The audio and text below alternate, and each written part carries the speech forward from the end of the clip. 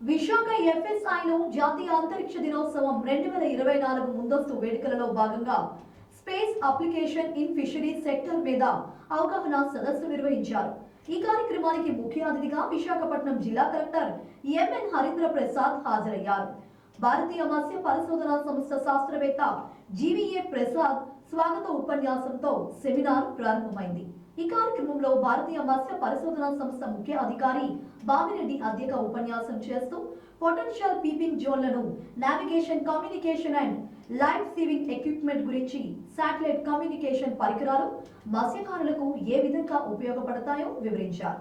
Collector మాట్లాడుతూ మత్స్య రంగానికి భారతీయ మత్స్య పరిశోధన సంస్థ చేస్తున్నటువంటి కార్యక్రమాలు, మత్స్యరంగం అభివృద్ధికి భారత ప్రభుత్వం తీసుకుంటున్న వివిధ చర్యలు వివరించారు. బోట్లో వాళ్ళ మొబైల్ నీటిలో పడిపోయి మునిగిపోయి వాళ్ళ దగ్గర మొబైల్ యూజ్ చేసే పరిస్థితిలో లేనప్పుడు మాన్యువల్గా SOS బటన్ ప్రెస్ చేయగానే ఆటోమేటిక్గా ఫోన్తో సంబంధం లేకుండా మెసేజ్ అనేది వెళ్ళిపోతుంది.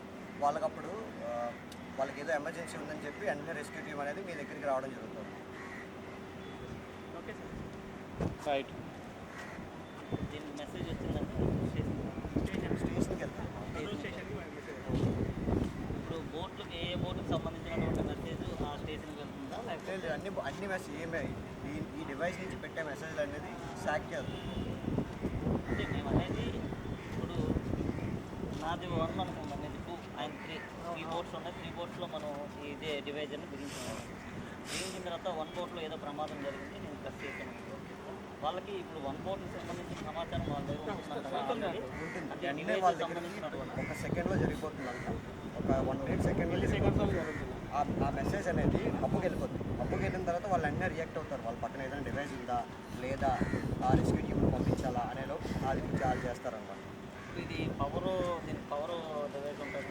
పవర్ బ్యాటరీ 1000 mAh బ్యాటరీ ఉంటుంది. పవర్తో 24 hours వస్తుంది.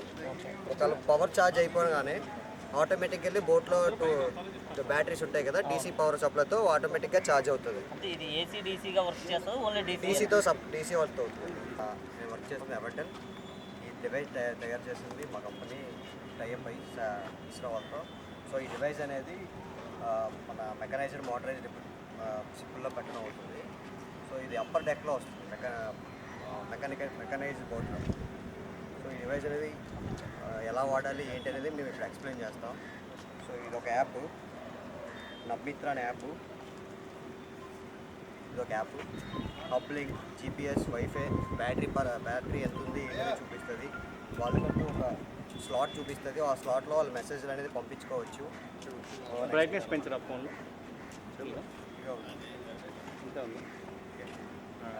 నెక్స్ట్ వాళ్ళు డీప్ సీలోకి వెళ్ళేటప్పుడు వాళ్ళకి ఏదైనా ఎమర్జెన్సీ వచ్చిందనుకో, అప్పుడు వాళ్ళు fire on boat, man over boat, repair boat అనేవి వాళ్ళు ప్రెస్ చేయగానే ఆటోమేటిక్గా శాక్కి వెళ్ళిపోతుంది 1 సెకండ్లో.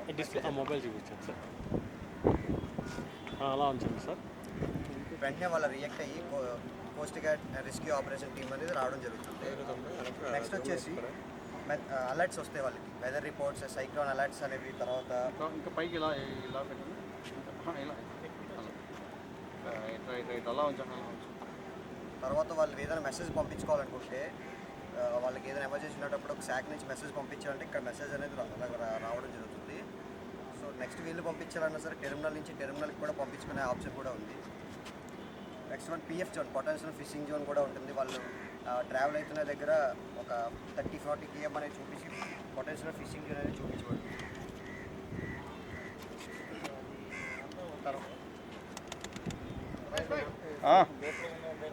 ఉంటుంది.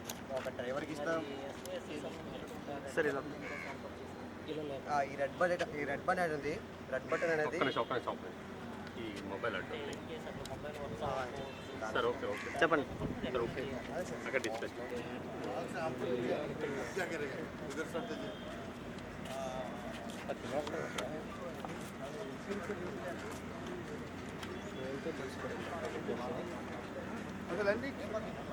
ఎక్స్ప్లెయిన్ చేస్తారా?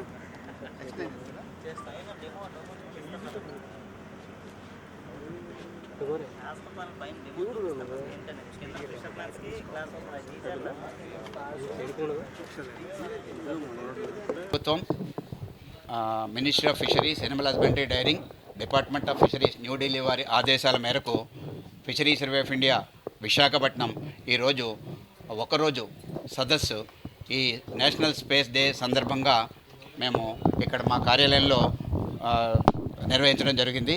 దీని ముఖ్య ఉద్దేశం ఏంటంటే మన ఫిషర్మెన్కి, ఈ ఫిషింగ్ బోట్ ఓనర్స్కి, అలాగే ఎవరైనా స్టేట్ అఫీషియల్స్ ఎవరైతే ఉన్నారో వాళ్ళకి, విద్యార్థులకి మనం స్పేస్ టెక్నాలజీని ఉపయోగించుకుని మనం communication, navigation and life saving ఎక్విప్మెంట్స్ని మనకి ఏ విధంగా ఉపయోగపడుతున్నాయి ఆన్ బోర్డ్లో.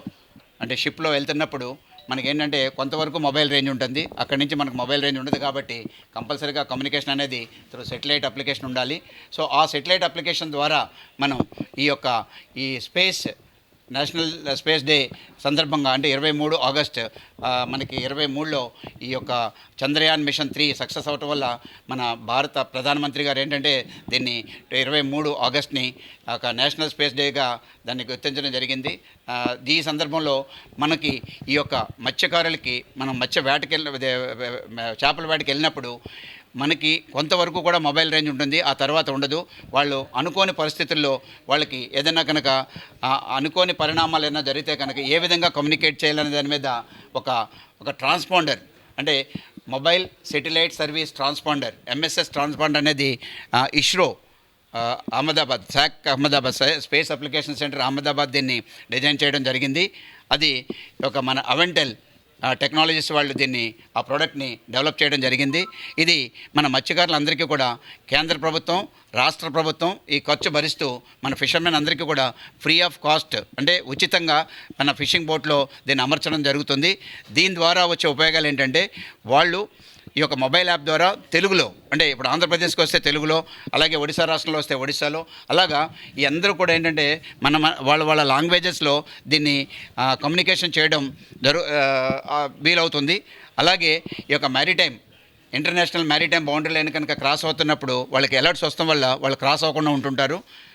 మూడోది ఏంటంటే అధిక మత్స్య వనరులు అంటే రిచ్ ఫిషింగ్ గ్రౌండ్స్ ఎక్కడున్నాయనే దాని గురించి కూడా మనకి ఇన్క్వైరీస్ ద్వారా వచ్చే ఇన్ఫర్మేషన్ని మనం వాళ్ళకి చేరవేస్తాం వల్ల ఆ ప్రదేశానికి వెళ్ళి చేపల వేట చేయడం వల్ల వాళ్ళకి టైము, ఫ్యూయలు, తర్వాత ఏంటంటే ఎక్కువ అధిక మత్స్య వనరులు వాళ్ళు పట్టుకునే అవకాశం ఉంది. తద్వారా వాళ్ళకి ఆదాయం పెరిగే అవకాశాలు అయితే ఉన్నాయి. అదే కాకుండా వాళ్ళకి ఏదైనా సరే ఆల్ ఆఫ్ సడన్గా ఏదైనా ఇప్పుడు నవడేస్ ఏంటంటే ఈ టైడ్స్ విపరీతంగా చేంజ్ అవుతున్నాయండి, అలాగే మనకి సైక్లోన్ ఫామ్ అవుతున్నాయి. ఇవన్నీ కూడా వాళ్ళకి చెప్పడం వల్ల ఏంటంటే ఈ యొక్క విపత్తర పరిమాణాల నుంచి ఏంటంటే మనం కాపాడుతాం అయితే కనుక ఈ ట్రాన్స్పాండర్ ద్వారా అయితే మనకి కంపల్సరీగా జరుగుతుంది. ఇది ఫిట్ చేయించుకుని వాళ్ళందరూ కూడా దీన్ని ఉపయోగిస్తే కనుక మన మత్స్యకార సోదరులు వాళ్ళ భావితరాలు, వాళ్ళ భవిష్యత్తు కూడా చాలా బాగుంటుందని చెప్పేసి మేము నమ్ముతున్నామండి. ఇది కంపల్సరీగా వాళ్ళకైతే ఎంతో ఉపయోగపడుతుంది కాబట్టి ఈ టెక్నాలజీని కంపల్సరీగా వారందరూ ఉపయోగించుకోవాలని కోరుకుంటున్నాను.